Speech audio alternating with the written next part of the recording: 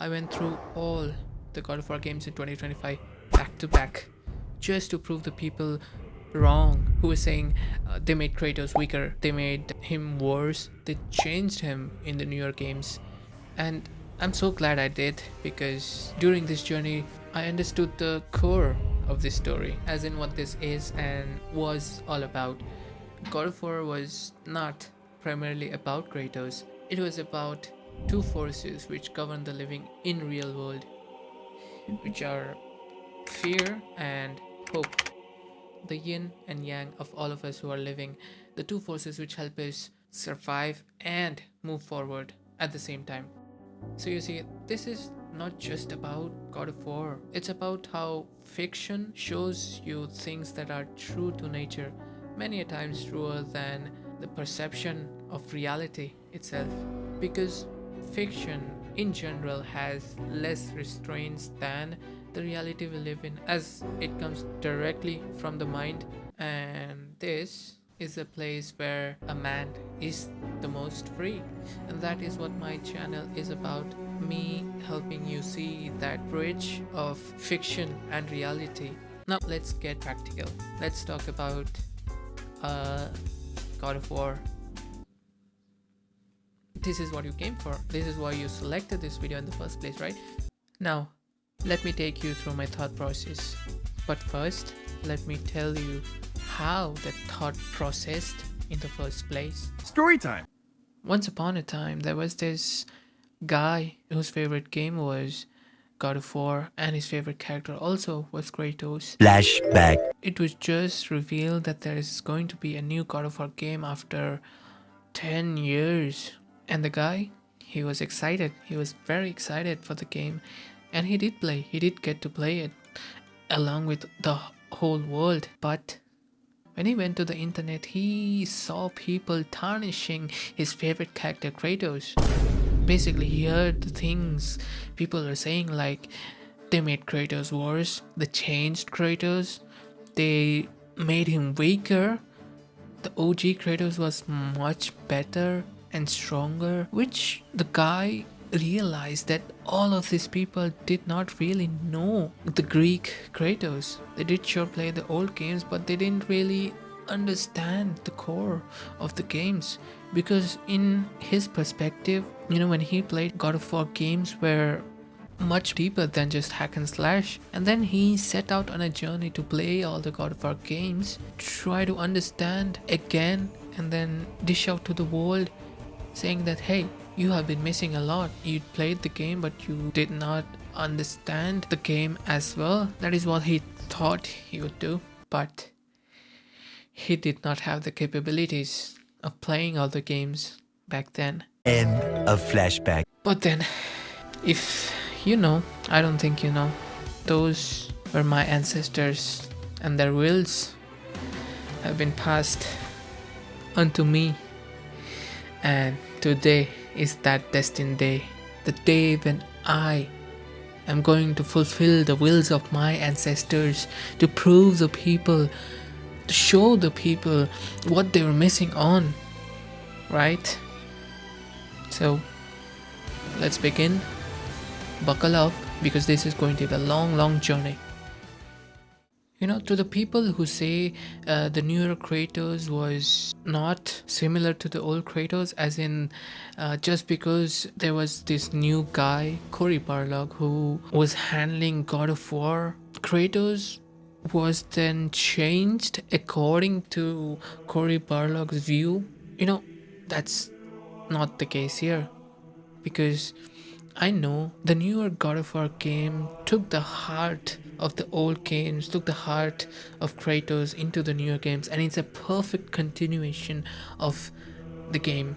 One of the most common line that people say is that Kratos became softer, weaker, not physically, mentally as well, which is not the case. Because if you see God of War 1, the very first scene we see of God of War is Kratos giving up his life. The gods of Olympus have abandoned me. The very first scene is a depiction of Kratos being in his most vulnerable state possible, giving up his life. Now there is no hope. That's what the game started with. Now, most of the games start with the end, and then we slowly get to uncover how we reach to that end. That's how the games really played out. God of War 1, God of War 2, God of War 3, Chains of Olympus. Now, we get to see why Kratos did what he was doing in the beginning of the game. It was because he couldn't get away from the nightmares of him killing his own family with his own hands. How did he do that? You see, he was a Spartan and he was leading the Spartan army against an enemy, and they lost. Kratos was at the deathbed, but he didn't accept his defeat. He refused to die, and then he stooped low enough to beg for outside strength. Ares! Destroy my enemies, and my life is yours. And then they made a pact. Ares, the god of war, and Kratos made a pact that Kratos will always be under Ares' service. Ares saw a vision that Kratos could become this very strong mortal being who could then help Ares to fight against Zeus to take over Olympus. That was his scenario. And what did Ares do to make Kratos stronger? You are becoming all I'd hoped you'd be, Kratos. Now, with your wife and child dead, nothing will hold you back. You'll become even stronger.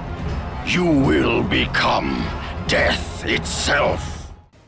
Yeah, it was because of Ares manipulating that Kratos accidentally did the deed. And then he started having nightmares which he couldn't live with. So he then again took the help of the gods. He took help from the gods so that the gods could help him forget his nightmares. And if I am able to do this, to kill a god, then the visions, they will end? Complete this final task, and the past that consumes you will be forgiven. But the last request by the gods, especially Athena, she was the direct boss, or the engagement manager, you could say. She was the one who gave the final task to Kratos, that he must go and defeat Ares, Athena's brother, which Kratos did. But then We promised your sins would be forgiven, and so they are. But we never promised to take away your nightmares. No man, no god could ever forget the terrible deeds you have done. we can't make you forget what you did, but we can forgive what you did. Kratos was then devastated. He was devastated that he has to live through the rest of his life with those nightmares in his head. That's how the starting scene makes sense now. And then while he was doing that, he couldn't even achieve that. He couldn't even achieve what he was trying to do because Athena basically helped him not do that and then made him the god of war. You will not die this day, Kratos. The gods cannot allow one who has performed such service to perish by his own hand. The mortal who had become the new god of war. You see how constricted this is already? You see how this man doesn't have a voice of his own, as in he doesn't have a choice of his own. He's in a cage, weak man in a cage. That's what the first game depicted. That's basically God of War 1. You see how this man was manipulated by the gods after point after point after point. It all started because he couldn't accept defeat. You could argue that that's a good thing, a bad thing to not accept defeat. At the end, he was made God of War, but then he was still not satisfied. You know, he was showing more anger than before. Now, the question remains as to why. Like, you are made the God of War, you defeated your boss who made you do the deed, even though you have to live with the nightmare. Everything else is sorted, right? Why was he still angry? Like, what's the case here? Why is this guy the way he is?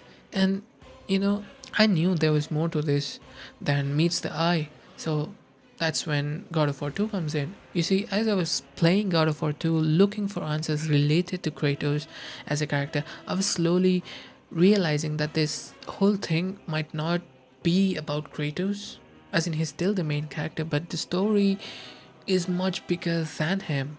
You know, the story actually starts with the Titan's lust for power, and then the head of the Titan, Kronos, was then prophesied that one of his sons will take over his throne. So what did he do?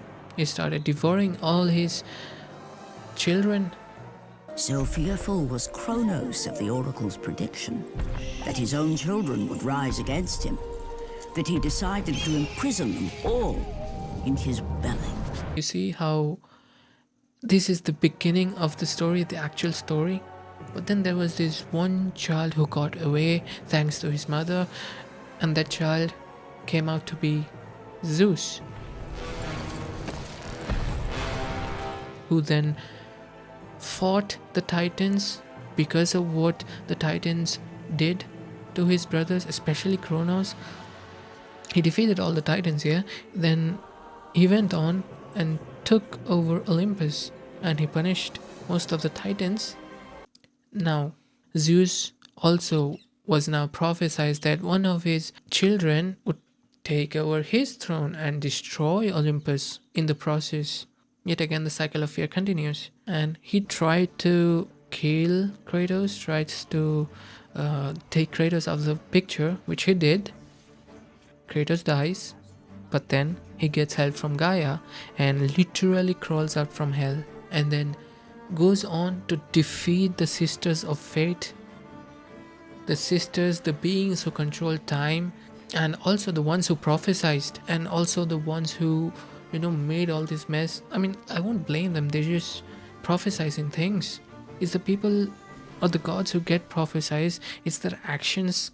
He literally defeated the Sisters of Fate and changed his fate by going back in time where Zeus was trying to destroy Kratos, and then he went back in time, then destroyed Zeus and saved himself.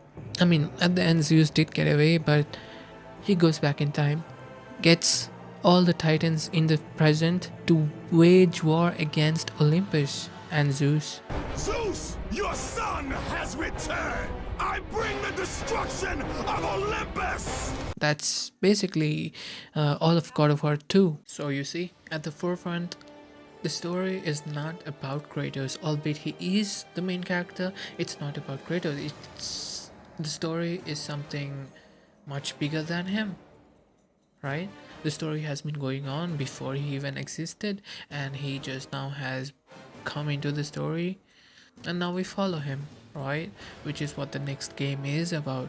But before that, I just want to highlight this part where it has been hard, really.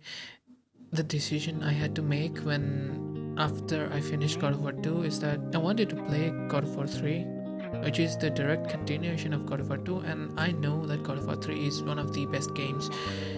And the next game I had to play according to my plan was Chains of Olympus, which I really did not want to play. The adrenaline inside me was telling me to skip it out and just go enjoy your everything. And thank God I did not do that.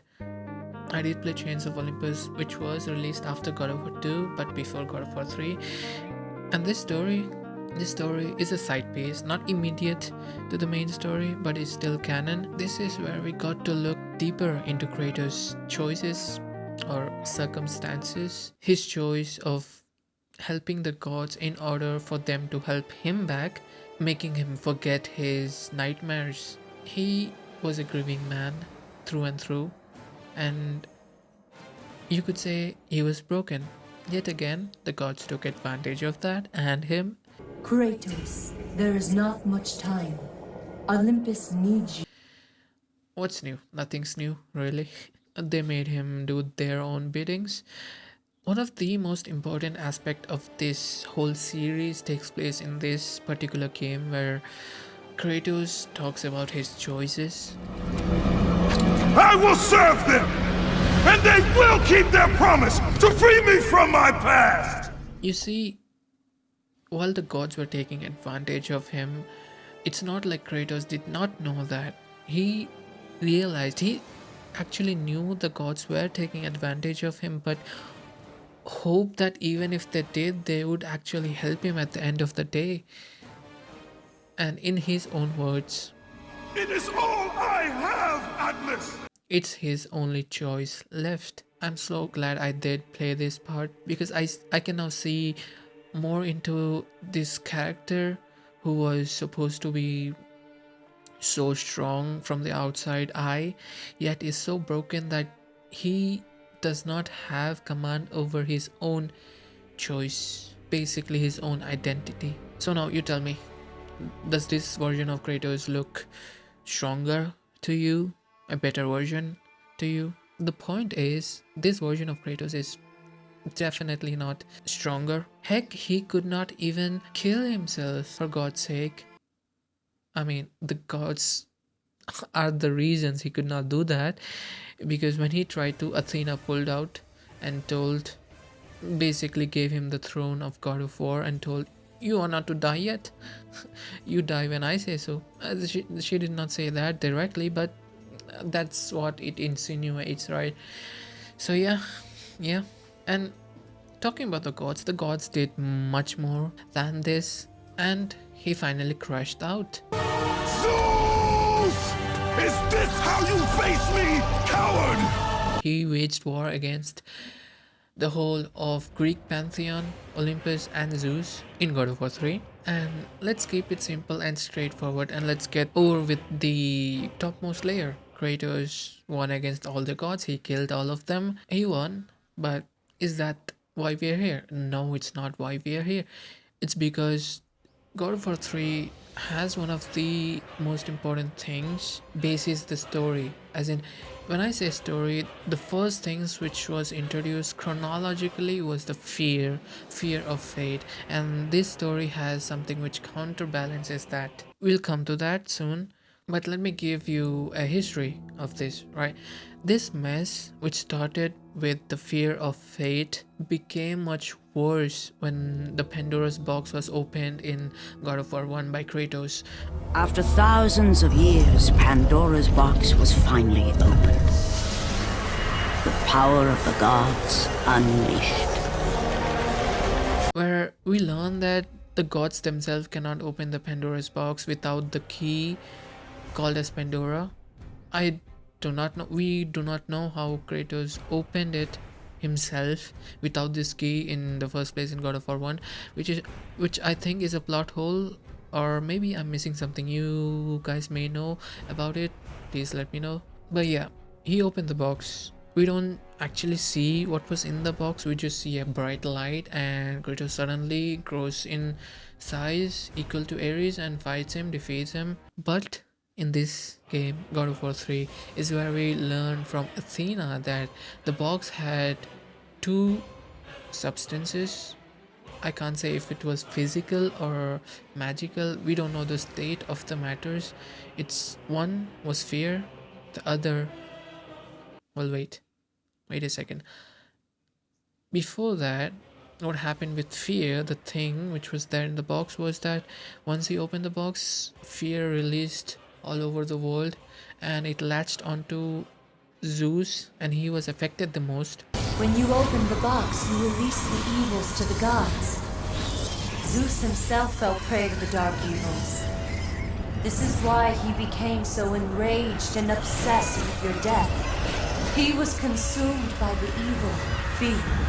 Now, the other thing which released actually did not get released to the whole world. Rather, it only latched onto Kratos. Guess what that was? Hope. Locked deep inside of you, Kratos, is hope. This happened in God of War 1, right? So you might be saying Kratos had hope all along and he still made such questionable choices. Again, that is not something which is answered by the game, so I will assume here that it was hidden inside him rather than unlocked it. It was there in docile stage. It did not affect him in any way or the other, except in God of War 3 when he used Pandora. to open the Pandora's box. Even then it was empty, right? Okay, before that I think we have to go through what Pandora was, who Pandora was. She was the main focus of God of War 3, not the Pandora's box, but Pandora. She was an artificial being created by Hephaestus to act as the key to the Pandora's box as ordered by Zeus. Even if she was an artificial being, I like to call her as Atreus 1.0. She was the OG Atreus, because if you see the clips I'm showing you right now in the screen, do you see this pattern where a man and a child go to an adventure, climb things, fight things together? She is the one who introduced or showcased Kratos of hope. As the fear in the gods rose, mine was replaced by hope. Hope is for the weak, Pandora. Kratos, it's not like he did not have hope. Of course, he hoped that the gods would help him to make his nightmares forgotten. He hoped that everything will be fine after I kill. Like, there's still hope, right? But was it the right path he was taking? That is what Pandora showed in her own words. Hope is what makes us strong. It is why we are here. It is what we fight with when all else is lost. And that realization, it hit Kratos at the end when he was battling his own memory, where he was going through his own mind and the events. Basically what it meant was that he had to accept what he has done. He has to come on terms with what he has done. He cannot really run away from the nightmares. And at the end, he opened Pandora's box in his mind. Not really opened it, but he opened the, how do you say, the unconscious mind of him, maybe. I believe that is what the case. So he opened his unconscious mind and he understood the true treasure inside the Pandora's box. Because when he opened it, he remembered the scene with Pandora. He remembered her words. And after that, he got to know that it was hope in that box which had latched to him, in the words of Athena herself. Locked deep inside of you, Kratos, is hope. At the end, he made a very crucial decision of killing himself and releasing hope onto the world.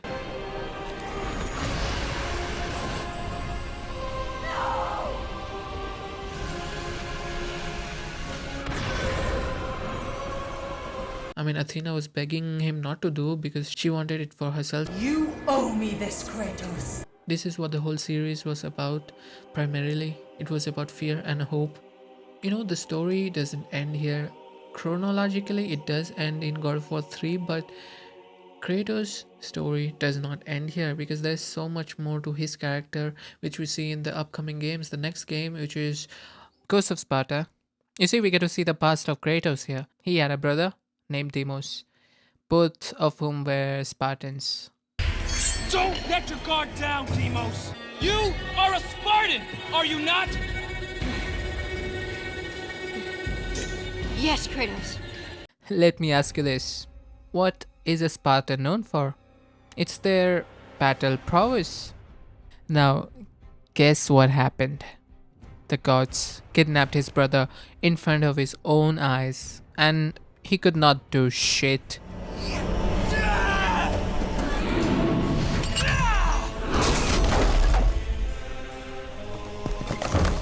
Do you see something? Do you see where I'm going with this? The one thing Kratos had pride for did not matter when it mattered the most. Him being a Spartan, who are known for their battle prowess, could not use it when it mattered the most. This was the ultimate slap to his whole existence. And this was the beginning of his story. The lust for his power, which he gained tremendously. But as almost all the stories we have heard of people gaining power, he too lost the sight of why he wanted it to begin with. The power he gained to be able to save his loved ones became the very thing that took them away. Such irony. And also, if you did not know, it was Ares who was the one who kidnapped his brother, and Athena was with him too. Forgive me.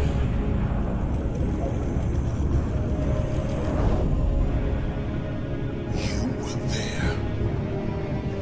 Why? So Ares, I would say, was the magnum opus of Kratos' story. God of War Ascension. Now, this has something which people overlooked or rather forgot through time. I'm not talking about the game. Game is not as good as the others, but the story though. I mean, I'm here to talk about the story. So, this story happens months after he kills his family before God of War 1. And you could say that this was the first game chronologically. You see, here is where we are shown how Kratos does not directly go after Ares after the fuck up, as in after he got manipulated by him to, do the deed. He did not seek revenge immediately, which, me playing Ascension at the end, I was kind of shocked. I would say, not shocked, but I was intrigued. It was kind of shocking to see him not seek revenge, because we always thought that he wanted revenge with Ares immediately right after the thing happened, but this adds to his character a bit more. He was not as bloodthirsty as we seemed to think he was, but then again, this is what I was trying to prove wrong. This whole video is on that he is not as aggressive as we thought he was. Rather him seeking revenge, he first wanted to break the oath with Ares. Freedom. Yes, freedom. Freedom from the Furies who relentlessly hunt you in the name of Ares, and ultimately, freedom from your bond to the god of war himself. This says a lot about his character, not in a good way or bad way, but what his character is, as in he realized that it was not fully Ares' mistake. He was the one who got manipulated. He was the one who was blind. Doesn't matter if he got blinded by someone else. He took that decision and he realizes that. That's why he wanted to break the oath with Ares. Spoiler alert, obviously he does break the oath and everything's fine. Everything goes smoothly for us. Not smoothly for him, but smoothly for us, as in, yeah, he achieves what he wanted to do. With the death of Orcus, the blood oath to Ares was finally broken. But at the end, guess what happens? And the painful truth rushed back to Kratos' mind. The truth of the murder he committed, the slaughter of his wife and child, the carnage forged from his relentless ambition, surfaced in perfect clarity, and became the visions that would haunt him all of his days. I believe the nightmares are another pillar to the whole series, where because of the nightmares he did such things. He went to gods again in God of, as we see in God of War 1, he went to the gods asking for them to make him forget the nightmares, and he serviced them for 10 years, and in those 10 years he a bit of hippie happy. He wanted to break free from the oath to gain freedom, but in turn stumbled into the worst prison, his own mind. Now free of the Furies' madness, but still tortured by the truth of his past. To summarize the story in chronological order, let's go. Started with the Titans' lust for power. Prophecy was told that Kronos, the Titan leader, would get overthrown by his own children. He got scared, started eating them, or storing his own children in his own stomach. That's what happened. One child got away, and guess who the child was? Zeus. Now Zeus took revenge for his eaten brethren. Zeus came in power and settled with Olympus and his brethren. Another prophecy that a marked warrior will overthrow Zeus and destroy whole of Olympus. Now he got scared. He kidnapped and locked up the marked warrior from his childhood, and that marked warrior happens to be the brother of the actual marked warrior, or the future marked warrior, Kratos, of course. And now we follow this man named Kratos and his journey. This is the beginning of Kratos, our main character, a part of the story, not the whole story. Now his story begins with him getting his brother stolen in front of him and him killing his own family. He did not seek revenge even after killing his own family. I mean, he got manipulated by Ares, the ex-god of war. He did not seek revenge because he knew he was the one majorly at fault. He broke the oath with Ares, but then once he broke his oath, he started getting nightmares, and the nightmares were so horrible, he went back to the very gods he tried to get away with. Just for his nightmares to go away, he asked the gods to make his nightmares go away. And he served them for 10 years, and at the end, they said, we can forgive you, we can't make you forget it. Yeah, that's 10 years, and they say it at the end of the tenure. Like, bro, like, that's bad employment. Athena was a bad boss. Yeah, he got played by his family again, and by family, I mean Zeus. Zeus was his father, and now he had lost track of himself in the basket of revenge because gods kept playing with him again and again and again. So I don't know, man. At this point, bro just locked in, actually locked out of anything, and just went hammock over everyone.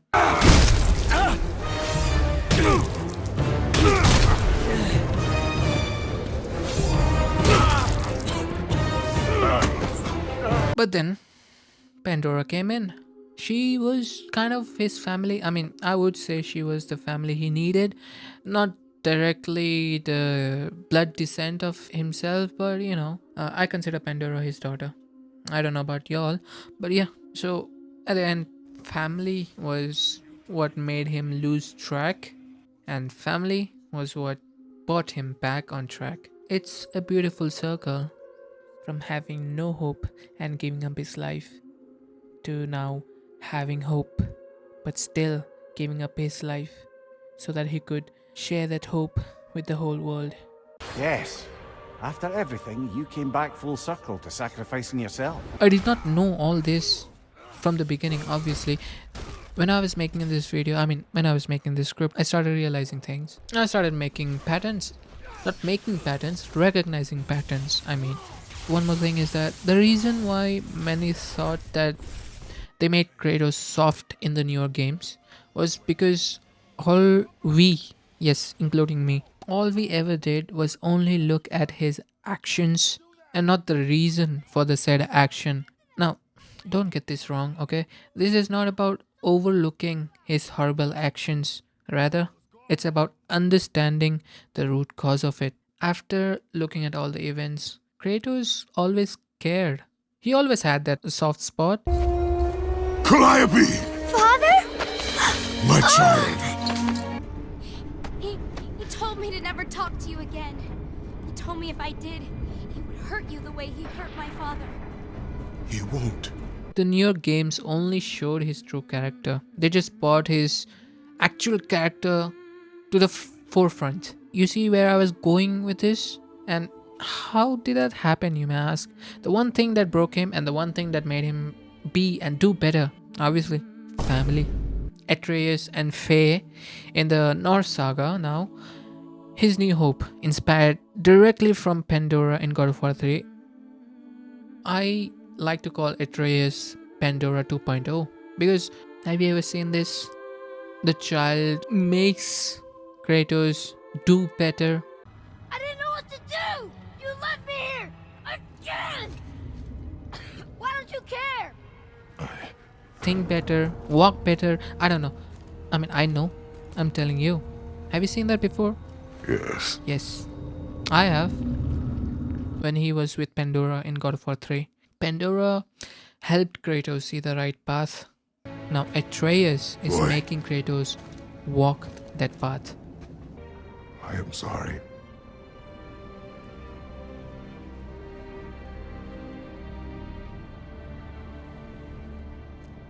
Don't be sorry, Father. Be better. Let's go home. Well, I'm glad I revisited the whole of God of War and was able to show you how they never really changed Kratos. And I'm also glad about stumbling upon its core. And the reason why I know they nailed it with God of War 2018 and Ragnarok is because the core of the story, I realized the day I played God of War 2, they stayed true to it, confirmed in Ragnarok by Tyr himself, the God of War of Norse realm. Box or no box, Kratos. Hope and fear and love and hate exist in every one of us. The question is, which will you choose to let guide your actions? With this, I conclude my journey with God of War until further notice. And that further notice is soon to come true because we just got news that they are remaking the OG trilogy, God of War 1, 2 and 3. And I'm excited. Even though I know the story and I just went through it, I don't care. I'll play it again when they make remakes. And I'm not really a fan of them announcing things like 3 years before the product even releases. This thing pisses me yeah, it just not my thing. But anyways, I'll be excited for 3 more years because I know they are not releasing the next year. 2029 it is. I started this journey with God of War saying that everything is connected, and now I can probably say that it definitely is in this story. I just showed you how this was a full whole circle. Even though the story hasn't ended yet, I believe that they will continue the story. This is how I started and this is how I will end, because everything is connected. Peace.